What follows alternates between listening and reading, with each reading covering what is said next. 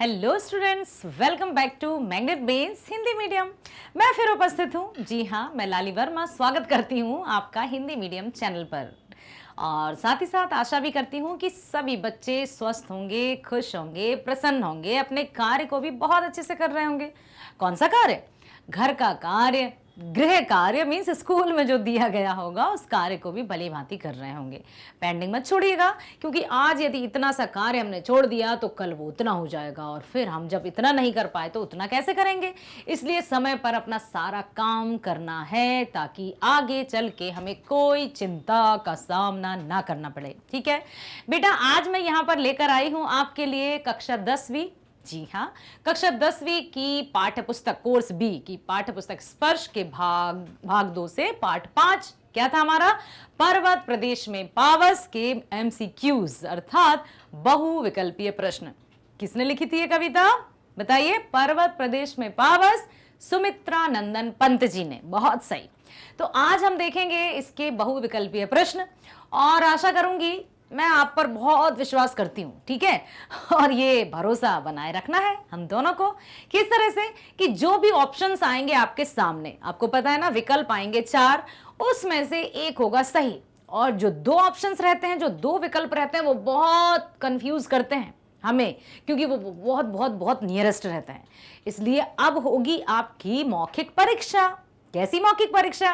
क्योंकि first video आपने देखा जिसमें हमने कविता की बात की अर्थात कविता को पढ़ा, कविता की व्याख्या जाना, ठीक है। उसके बाद जो सेकंड वीडियो आया पाठ 5 का, उसमें क्या देखा आपने? NCERT solutions. जो आपकी पाठ्य पुस्तक के प्रश्न थे उनका हमने अभ्यास किया, उनके उत्तरों को समझा और जाना। अब उसी चैप्टर के पर्वत प्रदेश में पावस के ही बहुविकल्पीय प्रश्न हैं आज। आशा करती हूं आप बहुत अच्छे से सोच समझकर उत्तर देंगे। करते हैं शुरू? आइए मेरे साथ। पहला प्रश्न है, आकाश कैसा लग रहा था? आकाश की बात की जा रही है, तालाब की नहीं। ध्यान से सुनिएगा। आकाश कैसा लग रहा था? स्वच्छ, धुंध भरा, शांत या अशांत? आकाश कैसा लग रहा था? स्वच्छ, धुंध भरा, शांत या अशांत? स्वच्छ, धुंध भरा, शांत या शांत? चारों के चारों ऑप्शंस आपको बड़े ऐसे लग रहा है जैसे भ्रामक। चलिए देख लेते हैं। शांत उस समय कब? जब एकदम वर्षा ऋतु से पहले, जब पहला कोई प्रश्न आता है किसी कविता से संबंधी, तो हमें एकदम से वो क्लिक करना चाहिए कि हम किस पैराग्राफ पर हैं। पहला प्रश्न मीन्स फर्स्ट पैराग्राफ के अंतर्गत बात की जा रही है। जैसे जैसे हम प्रश्न आगे बढ़ते जाएंगे, आगे पैराग्राफ में आप अपने यहाँ पर सोचते जाइएगा कि अब कौन सा प्रश्न है, अब क्या हो सकता है। तो यही तो है समझदारी, ठीक है। चलते हैं अगले क्वेश्चन की ओर। बादल आकाश की ओर कैसे देख रहे थे? बताइए। आतुरता से, उत्सुकता से, आश्चर्य से या बिना पलक झपकाए? जो पेड़ जो थे किस तरह से देख रहे थे? बताइए जल्दी।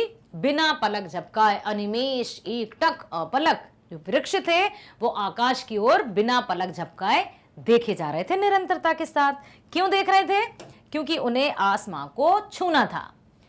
भूधर कहां उड़ गया? भूधर किसको कहा है? हाँ, आप उत्तर दीजिए। पहले तो देखिए, जो प्रश्न आता है यदि जो भी उसमें शब्द हैं उन शब्दों का अर्थ हमें पता होगा, तब हम जाकर विकल्पों में से सही विकल्प चुन पाएंगे। यदि कोई शब्द है ना, यदि उसका ही अर्थ हमें नहीं पता है तो हम विकल्प कैसे चयन करेंगे, ऑप्शंस कैसे सेलेक्ट कर पाएंगे? तो सबसे पहले भूधर का अर्थ आपको पता होना चाहिए। भूधर कहां उड़ गया? आकाश में, पर्वतों के पार, वे भूधर नहीं बादल में, या वृक्षों के बीच? कहां चला गया भूधर? भूधर जो भू पर धरा है। कैसे कैसे क्वेश्चंस है मैडम? अरे ऐसे ही तो क्वेश्चंस आते हैं। तो यही तो आपकी, वे भूधर नहीं बादल में, ठीक है। कि ऐसा लग रहा था जैसे कि जो आकाश था वो बादलों में कहीं छुप गया हो, दिखाई नहीं दे रहा था, क्योंकि चारों तरफ बादल ही बादल छा गए थे। वर्षा ऋतु का समय जो था। वर्षा समाप्त होने पर किसका शोर शेष रह गया? बादलों का, झरनों का, पक्षियों का या हवा का? जब वर्षा समाप्त हो गई तो किसका शोर शेष रह गया? क्या बचा था, क्या रिमेनिंग था? मतलब वर्षा समाप्त होने के बाद भी क्या बादलों का शोर अभी भी बाकी था, या झरनों का शोर बाकी था, या पक्षियों का शोर, या फिर हवा का? क्या लग रहा है आपको? पक्षियों का, हवा का, झरनों का? देख लेते हैं। यस, झरने, क्योंकि झरने तो सरसर करते हुए, झरझर करते हुए कंटिन्यू बिल्कुल बहते जा रहे थे। ठीक है, चलते हैं बेटा अगले क्वेश्चन की ओर। शाल के पेड़ कहां गए? जो शाल के पेड़ थे, कब की बात की जा रही है? मैं यहां पर आपको एक हिंट दे देती हूं। मूसलाधार बरसात की बात है ना। ऐसा लग रहा था मानो चारों तरफ अंधकार ही अंधकार हो। जो तालाब स्वच्छ निर्मल की दर्पण की तरह था, वो ऐसा लग रहा मैंने तालाब में आग लग रही हो और धुंध छा गई हो, अर्थात धुआं फैल गया हो। शाल के पेड़ कहां चले गए थे उस समय? धुंध में छिप गए थे, उखड़कर जमीन में गिर पड़े थे, या ऊंचे उठ गए थे, या सोच में पड़ गए थे? बताइए कहां गए थे? शाल के पेड़ धुंध में छिप गए थे, तो ऐसा लग रहा था मानो वे जमीन में धंस गए हो, क्योंकि दिखाई नहीं दिया, अदृश्य हो गए सब, अंधकार इतना छा गया था चारों तरफ। अगला है प्रश्न, उठ रहा धुआं जल गया ताल। कवि ने ऐसा क्यों कहा कि उठ रहा धुआं जल गया ताल?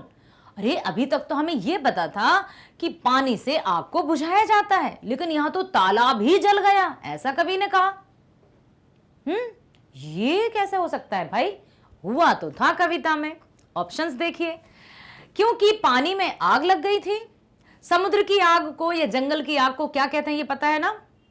दावानल जंगल की आग, बड़वानल समुद्र की आग। ठीक है, तो क्योंकि पानी में आग लग गई थी, या धुंध के कारण ऐसा लग रहा था, या फिर झरनों का पानी ताल में गिरने से कोहरा उत्पन्न हो गया था जो धुएं के समान लग रहा था, या फिर पानी गर्म था इसलिए भाप या स्टीम आ रही थी इसलिए ऐसा लग रहा था। सोच समझकर उत्तर दीजिएगा।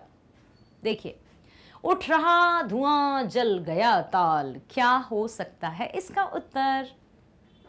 क्या पानी में आग लगी थी?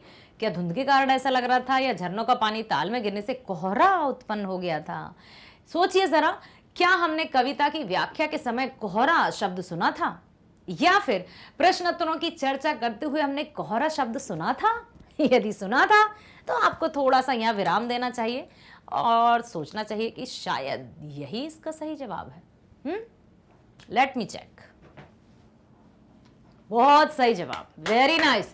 सोच समझकर जो हम कार्य करते हैं उसमें हमें सफलता जरूर मिलती है। Very good. चलते हैं अगले प्रश्न की ओर। यूं जलद यान में विचर विचर, यहां कौन सा अलंकार है? अलंकारों की बात की जा रही है यहां पर। यहां यूं जलद यान में विचर विचर, यूं ज्यों त्यों बात है उपमा, रूपक, उत्प्रेक्षा या मानवीकरण। उपमा, रूपक, उत्प्रेक्षा या मानवीकरण, ये हैं चारों के चारों ऑप्शंस हैं। अर्थ अलंकार के भेद, अर्थ अलंकार, शब्द अलंकार के भेद मैंने आपने प्रीवियस वीडियो देखा था ना, इससे पहले वाला, इस चैप्टर के पहले वाला, मैंने आपको बताया था कि अलंकार किसे कहते हैं, अलंकार के प्रमुख भेद कितने होते हैं और उन भेदों के उपभेद कितने होते हैं। तो हमने बात की थी उस समय किसकी? शब्द अलंकार की, जो पहला भेद है। और शब्द अलंकार के थे 3 उपभेद, अनुप्रास, यमक और श्लेष। अनुप्रास वर्ण की आवृत्ति, वर्ण मीन्स अक्षर, ठीक है। अनुप्रास में वर्ण की आवृत्ति, बात आती है यमक, यमक में शब्द की आवृत्ति, आवृत्ति मीन्स होता है रिपीटेशन, एक ही शब्द बार बार आए, ठीक है। यमक अलंकार में होती है बेटा शब्द की आवृत्ति, और शब्द की जितने भी बार आवृत्ति हो, अर्थात वही शब्द, सेम वर्ड, एक ही वर्ड यदि बार बार आए और जितनी बार वो आए उतनी बार उसके अर्थ अलग होंगे, तो यमक अलंकार। अनुप्रास में वर्ण की आवृत्ति, यमक में शब्द की आवृत्ति, लेकिन जितनी भी बार वो शब्द आएगा उसके अर्थ अलग होंगे। श्लेष अलंकार में शब्द तो एक है लेकिन अर्थ अनेक है, क्योंकि श्लेष का अर्थ है चिपका हुआ, तो एक ही शब्द से बहुत सारे अर्थ चिपके हुए रहते हैं या उत्पन्न होते हैं। तो ये रहे हमारे शब्द अलंकार। ये जो है वो अर्थ अलंकार के भेद हैं। यहां पर मैं आपको थोड़ा सा बताना चाहूंगी।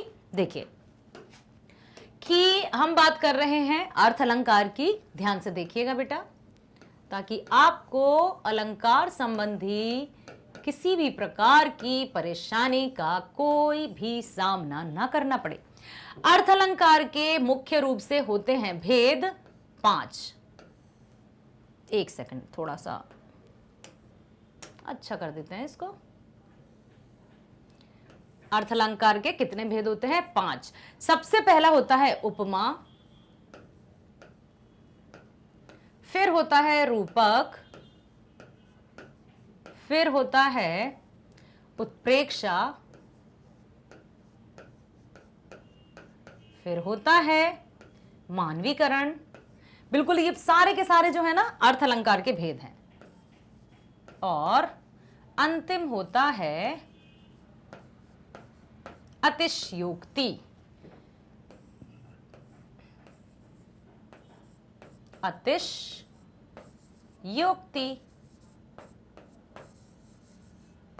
ठीक है। अब सुनिए ध्यान से कि उपमा अलंकार किसे कहते हैं, रूपक अलंकार किसे कहते हैं, ठीक है, वो आप ध्यान से देखिएगा। उपमा मीन्स तुलना करना। उपमा का क्या अर्थ होता है? तुलना। और तुलना किससे की जाती है? किसी समान गुण से। जैसे मान लीजिए हम कि मिल्खा सिंह महाराणा चेतक के घोड़े की तरह दौड़ता है, तो जब भी तुलना की जाए के समान, के जैसा, जहां तुलना की जाती है वहां पर होता है उपमा अलंकार। अभी मैं कीवर्ड्स बता रही हूं, छोटा सा बता रही हूं, इन शॉर्ट बता रही हूं, ठीक है। रूपक मीन्स जहां पर उपमान और उपमेय की अत्यधिक समानता के कारण उनके गुणों में एक हो जाते हैं, तो वहां पर हम ये भेद नहीं कर पाते कि उपमान क्या है, उपमेय क्या है। जैसे पायो जी मैंने राम रतन धन पायो, यहां पर राम को ही रत्न कह दिया है, ये नहीं कहा है कि मैंने राम के जैसा रत्न पाया या रत्न के जैसे राम को पाया। यहां पर राम को रत्न कह दिया है, अर्थात जब उपमान और उपमेय को एक मान लिया जाता है तो वहां पर रूपक होता है। यहां पर अत्यधिक जो समानता होती है वहां पर क्या होता है बेटा? रूपक अलंकार। क्लियर? उत्प्रेक्षा मीन्स, ध्यान से सुनिएगा, ध्यान से सुनिएगा, ठीक है। उत्प्रेक्षा का यहां पर अर्थ है कि जिन काव्यों में संभावना या कल्पना की जाती है। संभावना कैसे? आप देखिए, जैसे जब आप गणित पढ़ते हैं तो वो तो सिर्फ पॉसिबिलिटीज होता है कि लेट एक्स इज द ये वैल्यू, ठीक है, मान लेते हैं। तो जो उत्प्रेक्षा अलंकार है उसमें मान लेते हैं कि मानिए जैसे तैसे ज्यों त्यों माना जाता है, संभावना जताई जाती है, तो यहां होता है संभावना, ठीक है। अब यहां पर देखिए, यूं यूं जलद यान में विचर विचर, यह कौन सा अलंकार है? अब आप बताइएगा। मानवीकरण अलंकार में क्या होता है? मानवीय क्रियाओं का प्रयोग मानव के अतिरिक्त जब प्रकृति पर अन्य कहीं किया जाता है, जो भी मानवीय क्रियाएं हैं, जो भी मानवीय क्रियाकलाप होते हैं, तो उनका मानव के अलावा यदि प्रकृति पर आरोपण किया जाता है, जैसे कि देह की पतली कमर की है लचीली, या एक बीते के बराबर यह हरा ठिगना चना बांधे मुरैठा शीश का छोटे गुलाबी फूल का। चने को क्या कहा है? पगड़ी, क्योंकि चने का फूल कैसा रहता है? गुलाबी। चने के पेड़ को क्या कह दिया? एक बीते के बराबर यह हरा ठिगना चना। ठिगना, ठिगना किसको कहते हैं? जिसकी हाइट कम होती है, ठीक है। यह हरा ठिगना चना बांधे मुरैठा शीश पर छोटे गुलाबी फूल का। तो पगड़ी कौन बांधते हैं? इंसान। ठिगना कौन होता है? किसके लिए प्रयोग में लाया जाता है? इंसान के लिए, इसलिए मानवीकरण अलंकार। तो जहां पर प्रकृति, मानवीय क्रियाओं का प्रयोग प्रकृति पर किया जाता है, ठीक है, ओके। जहां मानवीय क्रियाओं का आरोपण प्रकृति पर किया जाए बेटा। अब बात आती है अतिशयोक्ति की। अब नाम से स्पष्ट है, अतिशयोक्ति, अति हो गई भाई, अब तो बहुत हो गया, अब नहीं सह सकते, ऐसा कुछ सुनोगे, बस बस बस इनफ। अतिश मीन्स लोक सीमा से बढ़ चढ़कर जब बात की जाए, असंभव जैसा कुछ संभव मान लिया जाए, जैसे हनुमान की पूंछ में लगन न पाई आग और लंका सिगरी जर गई गए निशाचर भाग। अरे भाई ये कैसे संभव हुआ? हनुमान जी की पूंछ में तो आग लगी नहीं और लंका जल भी गई और निशाचर भाग भी गए। या फिर आगे नदियां पड़ी अपार घोड़ा कैसे उतरे पार, राणा ने सोचा इस पार जब तक चेतक था उस पार। मतलब समझ रहे हैं ना आप कि लोक सीमा से बढ़ चढ़कर जब बात की जाती है, लोक सीमा से बढ़ चढ़कर, ठीक है, सीमा से बढ़कर, ओके। तो ये जो हमारे अलंकार हैं वो हैं अर्थ अलंकार के भेद। अब इनके नाम याद करने की एक ट्रिक बता दूं, वैसे तो आपको हो जाएंगे, आप बड़े अच्छे बच्चे हैं। अर्थ अलंकार के कितने भेद होते हैं? 5। हमारे हाथों में उंगली कितनी होती है? 5। आप कहेंगे ये कौन सी बड़ी ट्रिक हुई? बताती हूँ, सुनो। कि उपमा, यदि हमें ये नहीं पता होता कि उपमा अलंकार है, तो इससे पहले उपमा आप कहाँ यूज करते थे? क्या है उपमा? खाने की, यस, नाश्ता करते हैं हम, ब्रेकफास्ट लेते हैं ना उपमा का। उपमा, और कहते हैं ना कि स्वस्थ शरीर में ही स्वस्थ मस्तिष्क का वास होता है। यस, बिल्कुल। तो उपमा खाया, रूप निखर आया। जब हम कुछ खाते हैं तभी हम अच्छे दिखते हैं, अच्छे से हिष्ट पुष्ट रहते हैं। उत्प्रेक्षा, तभी हम संभावना या कल्पना कर सकते हैं। उपमा खाया, रूप निखर आया, अब हम संभावना या कल्पना कर सकते हैं। क्यों? क्योंकि हम मानव हैं। मानवीकरण अलंकार, और इसमें कोई अति नहीं है, अतिशयोक्ति अलंकार। सुनिए ध्यान से, उपमा खाया, रूप निखर आया, अब हम संभावना या कल्पना कर सकते हैं, अर्थात उत्प्रेक्ष अलंकार। क्यों? क्योंकि हम मानव है, मानवीकरण अलंकार, इसमें कोई अति नहीं है, अतिशयोक्ति अलंकार। हो गए आपके 5 अलंकार। अब इनसे संबंधित जो भी प्रश्न आएंगे आप बहुत अच्छे से उत्तर दे पाएंगे। अब बताइए कि यूं जलद यान में विचर विचर यहाँ कौन सा अलंकार है? अब इनमें से बताइए, क्योंकि अभी मैंने आपको ये सारे अलंकार बता दिए हैं। क्या लग रहा है आपको? यस, यूं जलद यान में, जलद यान मतलब बादलों को ही यान कह दिया। यहां ये नहीं कहा कि जलद के जैसा यान। याद रखा कि उपमा कहां होती है? तुलना की जाती है। लेकिन रूपक कहां हो जाता है? जब उसमें उसका मतलब उपमान में उपमेय का आरोपण कर दिया है। यहां बादलों को ही यान कह दिया है। और जो रूपक अलंकार रहता है ना, उसमें ये जो रहता है ना अपना योजक चिन्ह, उसका भी लाया जाता है प्रयोग रूपक में। जैसे पायोजी मैंने राम रतन, तो राम रतन के बीच में भी लगा रहेगा, है ना। तो यहां पर ये रहा, समझ में आया? चलो आगे चलते हैं। जादू के खेल कौन दिखा रहा था? इंद्र, इंद्र, इंद्र। अरे वाह, क्या लिखा है यहां पर? अग्नि देवता, सूर्य देवता, चंद्र देवता, इंद्र देवता, इंद्र देवता। ओके, वेरी गुड, बहुत बढ़िया। अगला प्रश्न देखते हैं। पर्वत प्रदेश में पावस कविता के रचयिता कौन है? आप बताइए। मैथिली शरण गुप्त जी, सुमित्रानंद पंत जी, महादेवी वर्मा जी या कैफी आजमी जी? पंत जी, वेरी नाइस, बहुत बढ़िया। अगला प्रश्न है, कौन अपना वेश पल पल बदल रहा है? कौन बदल रहा था पल पल? पर्वत, बादल, प्रकृति, वृक्ष? हाँ, प्रकृति और पर्वत में कंफ्यूजन क्यों? याद कीजिए पंक्तियां। प्रकृति ही तो बदल रही थी, पल पल परिवर्तित प्रकृति वेश, प्रकृति वेश। याद कीजिए पंक्ति। तो प्रकृति अपना रूप पल पल बदल रही थी। सहस्र दृग सुमन फाड़ पंक्ति में निहित। अब बताइए, अभी अभी हमने पढ़े हैं। सहस्र दृग सुमन फाड़ पंक्ति में निहित अलंकार है उपमा एवं रूपक, या फिर रूपक एवं मानवीकरण, श्लेष एवं यमक, या यमक एवं रूपक। सहस्र दृग सुमन फाड़, रूपक एवं मानवीकरण, ऐसा लग रहा है? देख लेते हैं, मुझे नहीं पता। अरे वाह, ये हुई ना बात, बहुत बढ़िया। आगे चलते हैं।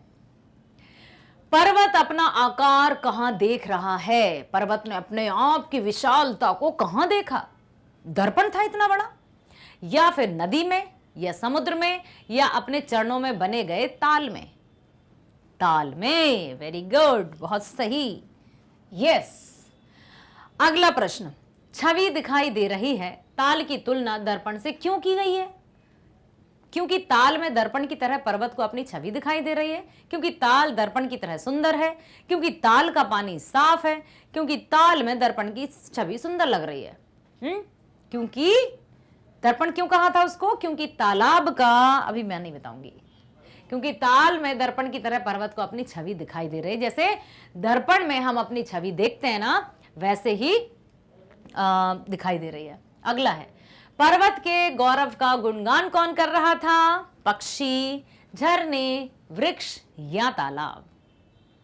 झरने, वाह, यस। झरते हुए झरने कैसे लग रहे हैं? फूलों की लड़ियों जैसे, सांप जैसे, पगडंडी जैसे या मोती की लड़ियों जैसे? फूलों की लड़ियां जैसे बहुत सारे फूल ही फूल, बहुत सारे फूल फूल फूल, बहुत सुंदर सुंदर फूल, सुंदर सुंदर फूल, और जैसे फूलों की माला बन गई हो, क्या कुछ ऐसे लग रहे थे? या फिर मोतियों की माला जैसे लग रहे थे? बताइए, जल्दी बताइए, जल्दी बताइए, आप लोग बड़े अच्छे बच्चे हैं, सुन रहे थे तब से। क्या इस तरह के नजर आ रहे थे, या फिर सांप जैसे, इस तरह से कुछ ऐसा है, ऐसा कुछ लग रहा था? या फिर पगडंडी, पगडंडी समझते हैं, एकदम एक पतला सा रास्ता होता है पगडंडी। या फिर मोतियों की लड़ियों जैसे, मोती, सुंदर से मोती जो शाइन करते हैं, बहुत सुंदर, कैसे लग रहे थे? अब इनको मोती समझ लेना आप। हाँ, कर का मन का डारी दे, मन का फेर, क्या लग रहा था? ये या ये? मोती की लड़ियों जैसे? लेट मी चेक, यस, बहुत सही जवाब। अगला प्रश्न, निर्झरों में क्या क्या क्या चीज भरी हुई है? झाग, फूल, पत्ते या टहनियां? जो निर्झर थे, निर्झरों में क्या भरा हुआ था? जल्दी बताइए, कैसे लग रहे थे वो? क्योंकि उनमें झाग था, सफेद झाग से भरे हुए थे झरने। निर्झर या झरने? तरुवर मन में क्या भाव लिए ऊपर उठ रहे हैं? तरुवर मीन्स वृक्ष। तो वो ऊंचे उठते जा रहे थे, और अचानक जब प्रकृति ने रूप बदला तो वो नीचे धंसते रहे। तो जो ऊपर उठ रहे थे तरुवर, क्या भाव लिए ऊपर उठ रहे थे? क्यों उठ रहे थे वो? उच्च आकांक्षाओं का भाव, कि आकांक्षा है, अभिलाषा है, मुझे आसमान में जाना है, आसमान को छूना है। या फिर नफरत का भाव लेकर, क्यों मैं नीचे क्यों रहूं, मैं तो ऊपर जाऊंगा। या फिर निराशा का भाव, अब नीचे नहीं रहना, मुझे तो ऊपर जाना है। या फिर प्रतिस्पर्धा का, कंपटीशन का भाव, कि तुम ऊपर कैसे हो, मैं भी ऊपर आऊंगा। फर्स्ट वन, ओके, चेक करते हैं। बहुत सही जवाब। आगे चलते हैं। वृक्ष किसकी ओर देख रहे हैं? ताल की ओर, आकाश की ओर, पर्वत की ओर या झरनों की ओर? किसकी तरफ देख रहे थे? आकाश की ओर, आकाश की ओर। बहुत सही जवाब। प्रकृति अपना वेश पल पल क्यों बदल रही है? गर्मी के कारण, या फिर सूरज के कारण, या फिर आकाश में छाए गए बादलों के कारण, या फिर पर्वतों के कारण? कब बदला प्रकृति ने रूप अपना? गर्मी हो गई थी इसलिए, सूरज के कारण, या आकाश में छाए बादलों के कारण, या पर्वत के कारण? कब लगा कि एकदम से जो पेड़ थे, पर्वत था, सब कुछ अदृश्य हो गए? क्या बादल? चेक करते हैं। गा लग रहा है आपको? बहुत सही लगा आपको, वेरी नाइस। पर्वत दूर से देखने पर कैसे लग रहे थे? दूर से देखने पर धनुषाकार, मेखलाकार, वृत्ताकार या आयताकार? कैसे लग रहे थे? मेखलाकार। पढ़ा था क्या आपने ये शब्द? बहुत सही। पर्वत अपनी कैसी आंखों से जल में अपने रूप को निहार रहे हैं? काजल लगी आंखों से, नीली नीली आंखों से, फूल रूपी आंखों से या बड़ी बड़ी आंखों से?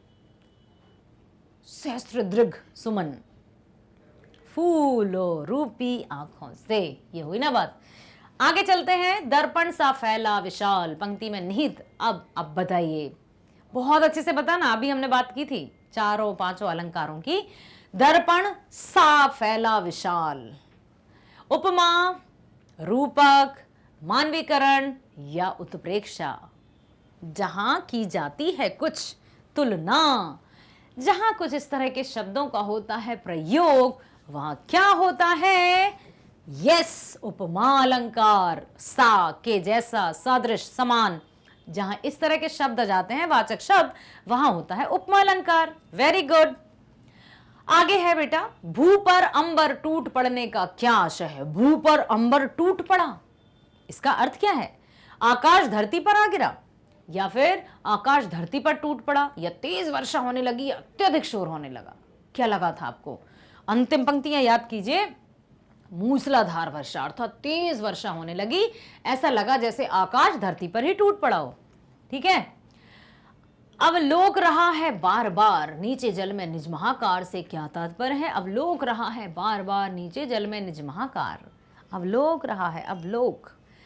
कवि नीचे जल में बार बार देख रहा था, परमात्मा नीचे जल में बार बार देख रहा था, पर्वत नीचे फैले जल में अपने विशाल आकार को निहार रहा था। यह सभी नहीं है। कैसे? क्या देख रहा था अपने आप को? तालाब में। अवलोक रहा है बार बार नीचे जल, जल यहां तालाब के लिए है, अवलोक मतलब देखना। महाकार, हाँ गा लग रहा है आपको? बहुत सही, वेरी नाइस। आगे चलते हैं। पहाड़ों पर उगे वृक्ष कैसे लग रहे थे? जो पहाड़ों पर वृक्ष उगे थे वो कैसे लग रहे थे? मन में उठने वाली उच्च आकांक्षाओं के समान, मोती की लड़ियों के समान, या नदी में उठने वाली लहरों के समान, या फिर उपर्युक्त सभी। पहाड़ों पर उगे वृक्ष, जो पहाड़ों पर उगे थे वो कैसे लगे थे? जैसे मन में बहुत सारी असीमित आकांक्षाएं उठ रही हों कि छू लो आसमां, जाना है ऊपर। यस, बहुत सही। यस, फिर से मैं आप सभी के लिए तालियां बजाती हूं, क्योंकि आपने दिया है अपनी बुद्धिमत्ता का परिचय। बहुत सही। और इसी तरह से आप बने रहेंगे मैग्नेट ब्रेन्स पर। क्यों? क्योंकि मैग्नेट ब्रेन्स बन चुका है India number 1 free education provide करने वाला प्लेटफॉर्म, जहां आप जुड़े हैं, आप जैसे होनहार बच्चे जुड़े हैं और हमेशा हमारे साथ बने रहेंगे। मैग्नेट ब्रेन्स के बारे में मैं आपसे एक बात कहना चाहती हूं, जो कि आप ध्यानपूर्वक सुनिए। क्या कि बेटा, ना केवल यहां पर आपको आपके विषय, आपकी कक्षा के वीडियोस ही मुफ्त दिए जाएंगे, बल्कि आपके लिए समस्त प्रतियोगी परीक्षाओं के वीडियोस भी मुफ्त प्रोवाइड किए जाएंगे। कौन कौन से परीक्षाओं के मैं बता देती हूं। देखिए, विषय से संबंधित तो है ही, साथ ही साथ NTSC, olympiad, IIT, JEE, NEET और JAIIB, CAIIB, bank, insurances, SSC, RRB, सारे के सारे जो प्रतियोगी परीक्षाएं होती ना, उनके सभी वीडियोस यहां पर मिलेंगे आपके लिए, वो भी फ्री ऑफ कॉस्ट। बिल्कुल सही सुन रहे हैं आप। हम कभी आपसे नहीं कहेंगे कि आप बस भाई अब तो थोड़ा सा आप पैसे दे दीजिए या पेड सब्सक्रिप्शन लीजिए। No, never. हमेशा फ्री में आपको मिलेगा। जैसे कि आपके कोर्स की यदि बात मैं करूं तो CBSE इंग्लिश मीडियम में भी आप अपने विषय के वीडियोस देख सकते हैं, और CBSE हिंदी मीडियम में भी। जैसे आप CBSE हिंदी मीडियम में देखना चाहते हैं तो उसके लिए आपने क्लिक किया तो आपके सभी विषय, जैसे हिंदी हिंदी में रहेगा, इंग्लिश इंग्लिश में रहेगा, बाकी जो गणित, सामाजिक विज्ञान और विज्ञान आप हिंदी में पढ़ पाएंगे। यहाँ बात चलती है हिंदी की, कि हिंदी में जब आप जाएंगे, हिंदी के चैनल पर जब आप जाएंगे या हिंदी की वीडियो पर क्लिक करेंगे तो हिंदी से संबंधित संपूर्ण जानकारी मिलेगी यहाँ, कि आपको क्या देखना है। क्या NCERT और CBSE पर आधारित संपूर्ण पाठ्यक्रम, वो भी मिल जाएगा। या आप चाहते हैं सभी चैप्टर्स का क्रमानुसार सारांश या व्याख्या, क्लिक करेंगे मिल जाएगा। क्या आप चाहते हैं NCERT सॉल्यूशंस, वो भी आपको मिल जाएंगे। या फिर आप, काश कि ऐसा होता मैडम कि ना एक चैप्टर का कंप्लीट रिवीजन मिल जाता, जिसमें व्याख्या भी होती और प्रश्न उत्तर भी होते, है ना बेटा, 1 शॉट रिवीजन भी है। तो आप ये भी चाहते हैं, और साथ ही साथ आपको बहुविकल्पीय प्रश्नों का, बस आप क्लिक कर दीजिए मिल जाएगा। पाठ्यक्रम पर जब आप आएंगे जैसे ही क्लिक करेंगे तो पाठ्यक्रम का वीडियो आपके सामने आ जाएगा, जो लाली वर्मा मैडम बताएंगी हिंदी के पाठ्यक्रम में कितनी बुक्स हैं, कौन कौन से चैप्टर शामिल हैं। क्षितिज और कृतिका कोर्स A भाग 2, स्पर्श और संचयन भाग 2 कोर्स B, कितने चैप्टर्स हैं? ये तो 9th में भी थी बुक्स। बिल्कुल सही सुना आपने, बिल्कुल सही याद किया, क्योंकि यही तो है हमारी। पहले भाग 1 था, अब भाग 2 है। तो यहाँ पर इस संपूर्ण वीडियो को आप ध्यान से देखिएगा, और जब आप देखेंगे तो आपको बिल्कुल, मैं 100% श्योर हूं इस बात से कि आपको समझ में आएगा। और जब समझ में आएगा तो आप लाइक भी करेंगे ऑफ कोर्स। तो लाइक कीजिए, सब्सक्राइब कीजिए। सब्सक्राइब क्यों? क्योंकि जो भी वीडियोस अपलोड होंगे तो तुरंत आपके पास आ जाए नोटिफिकेशन, और आप सबसे पहले पंक्ति में खड़े हो जाएं वीडियो देखने के लिए। शेयर करना मत भूलिएगा, ठीक है? अधिक से अधिक हमारे साथ बने रहिएगा, जुड़े रहिएगा, शेयर कीजिएगा। मिलते हैं अगले वीडियो में। स्वस्थ रहिए, खुश रहिए, बाय बाय।